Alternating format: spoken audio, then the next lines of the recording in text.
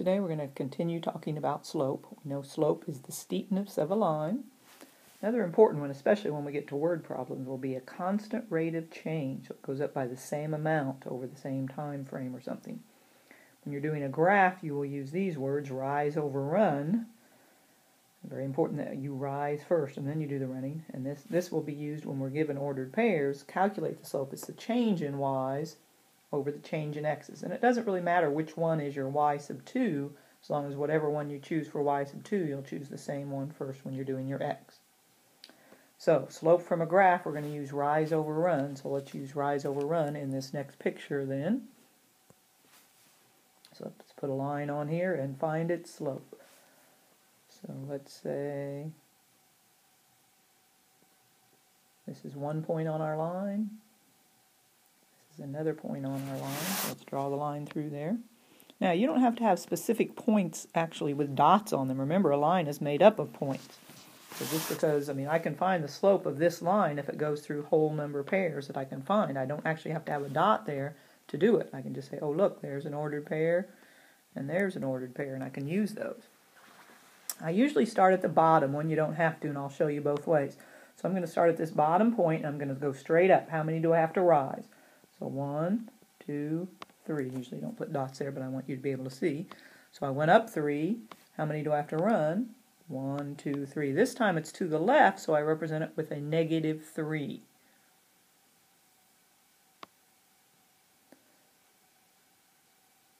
And so what would the slope be? Well, I do need to simplify that into negative 1. So the slope there is negative 1. What if I want to start at this point up here? Well, I can. How many would I rise? 1, 2, 3. Well, I went down, so that would be negative 3. How many do I run? 1, 2, 3. That would be positive 3, so my slope would be negative 1. So rise over run, and you can do it either way. Okay. Again, if I have a line like this, again, I start at the bottom point. How many do I rise? 1, 2, 3. How many do I run? 1, 2, 3, 4. So the slope of that line would be 3/4. Notice this has a negative slope, so it's slanting like this. This one has a positive slope, so that'll be helpful later on. We kind of summarize that in the last slide. So now let's look at calculating slope if we're given ordered pairs. So that's where you're going to use that y sub 2 minus y sub 1. So you change in y's over the change in x's. Now, like I said, it doesn't really matter which y you want to use first. I'm going to start with this y, just because I know 4 minus 2 is going to be positive, so 4 minus 2, but if I start with this y, then I must start with this x. 3 minus negative 1. So now you do need to be careful with your negative numbers here. 4 minus 2 is 2. 3 minus negative 1 becomes plus positive would be 4. If it can reduce, you need to reduce it. So 1/2 would be our slope there. This next one, no, I don't care. I'm just going to use the negative 2 this time. So negative 2 minus 1. Now I got to use the negative 1 first. Negative 1 minus negative 4. So again, watch out for your signs. So this one becomes plus negative, which would be negative 3. This becomes plus positive. Signs are different. I'm going to subtract 1, which would be 3, and that would give me then negative 1. So don't leave an improper fraction like this. It can be simplified. You could leave it if it's 4 over 3. I want you to leave it that way, but if it can be simplified, you need to go ahead and simplify it.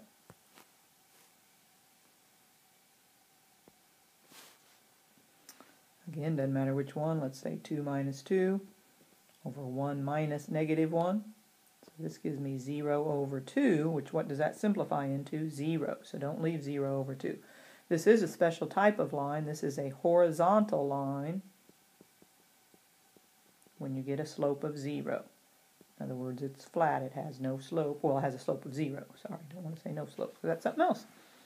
Come over here. Negative 2 minus 3 over 1 minus 1. This becomes plus negative, so I get negative 5 over 0. What is negative 5 over 0 equal to when you simplify it? Well, you actually cannot do that. So this is called undefined, or no slope. I prefer you just write undefined.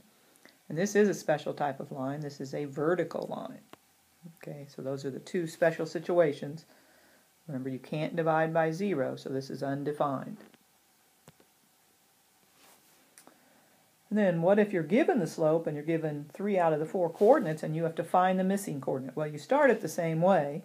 So let's just say it's going to be change in y, 6 minus negative 3, then it would be over r minus 10, and I know that equals my slope, which is negative 3 over 2. How would I solve something like this? I'm going to use my cross product. So I'm going to come up here and simplify this. It gives me 9, so 2 times 9 is 18, equals negative 3 times the quantity r minus 10. So we then have to distribute our negative 3, get negative 3r. Negative times negative would be plus 30. Now it's just an equation we need to solve, so I'm going to subtract 30 from each side.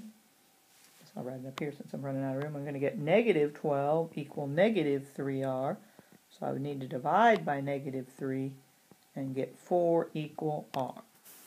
Just going through the process, knowing that your slope. Now what if this were a whole number? Let's say my slope was 3. How would I write it down here? I would write 3 over 1. You can't see that. So then you can have something to use with your cross products. And that is it. Oh, sorry, got another slide. Horizontal line has a slope of, so that's what we just reviewed, and this is kind of just a summary of all this, 0. Vertical line has a slope that is undefined. Positive slope slopes up from left to right, so it goes like this. Negative slopes down from left to right. So you can look at a line ahead of time and know its slope. So if you do a bad calculation, maybe you can catch it on that.